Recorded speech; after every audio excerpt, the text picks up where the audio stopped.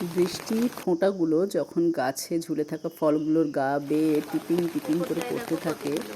তখন কি ভালো লাগে। আর সব থেকে ভালো লাগে ব্যাকগ্রাউন্ডে যে সাউন্ডটা আসে বৃষ্টির।